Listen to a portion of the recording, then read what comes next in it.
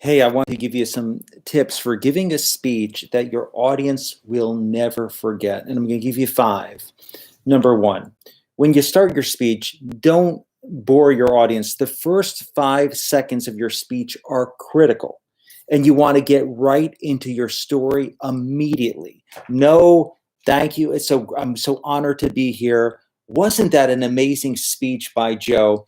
When you do that, you've already lost your audience by hemming and hawing. And so the first 5 words out of your mouth have to absolutely grab your audience. I'll give you an example. My mother and I are sitting alone and we're scared to death about what's about to happen. So you change the inflection of your voice. You're getting right into your story. And just like writing, the goal of a great speech and storytelling is to get your audience to go and listen more, to keep listening and not drift off to la la land.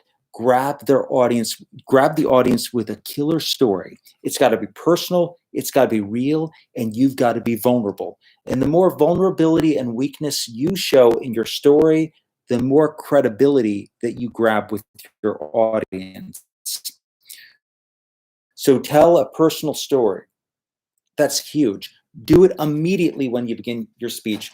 Number two, nonverbal communication is overlooked by, I think, all speakers. And whenever you see a speech, you see the person presenting walking around, fidgeting, they're nervous, their hands are everywhere, their hands are on their face, and you think, what on earth is this person doing? Are they completely oblivious to the nonverbal communication? Because yes, the answer is yes, they are. They're totally oblivious. They think the only thing that matters is what they say verbally.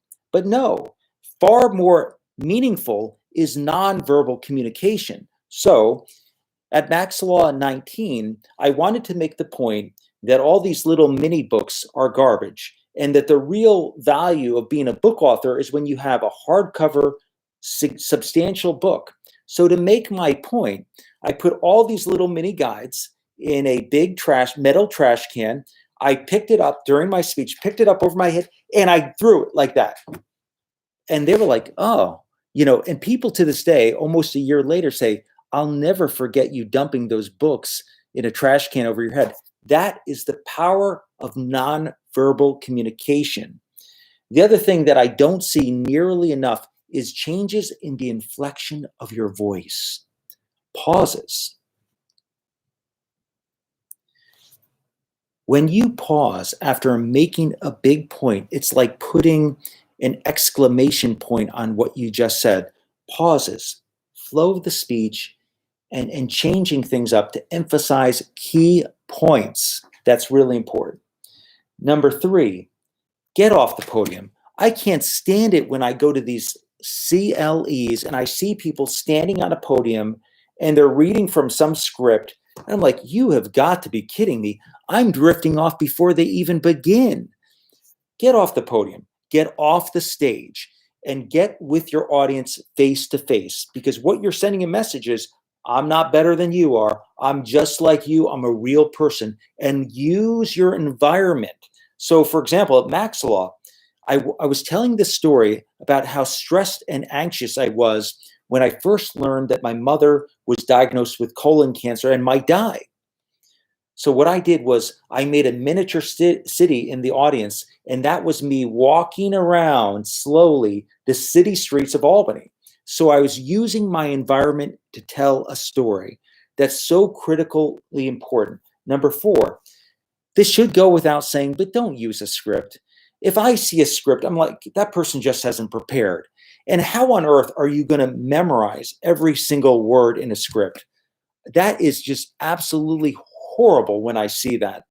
Don't have a script. And if the best way to structure a speech is to have key points that you want to make. So let's say you've got 3 or 4 points. Tell a story for every single point.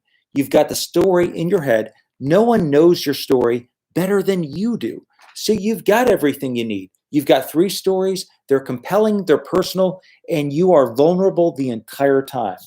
Number 5, tie back. Tie back basically means you're starting with a story, You're capturing the curiosity and intrigue of your audience, but you're leaving them hanging. So you're not telling them the end of the story. So for example, Max Law 18, I told the story about my family's intervention for my father, who was an alcoholic.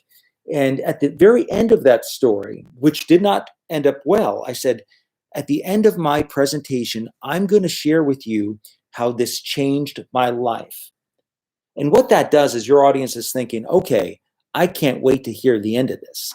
So tie back is a very effective tool to keeping your audience engaged, so they want to know the surprise ending of your story. So the key point, and I saw a great YouTube video by Mitch Jackson and Chris Lima yesterday about the power of storytelling. Everything should be in a story. Why is it that people wrote in the scriptures about everything that Jesus did? Because everything is in the context of a story. The prodigal son, all of these stories that all of us know simply because they're stories.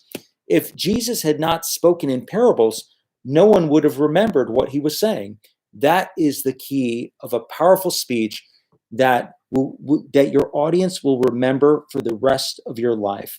That's it for today. If you like this, please subscribe.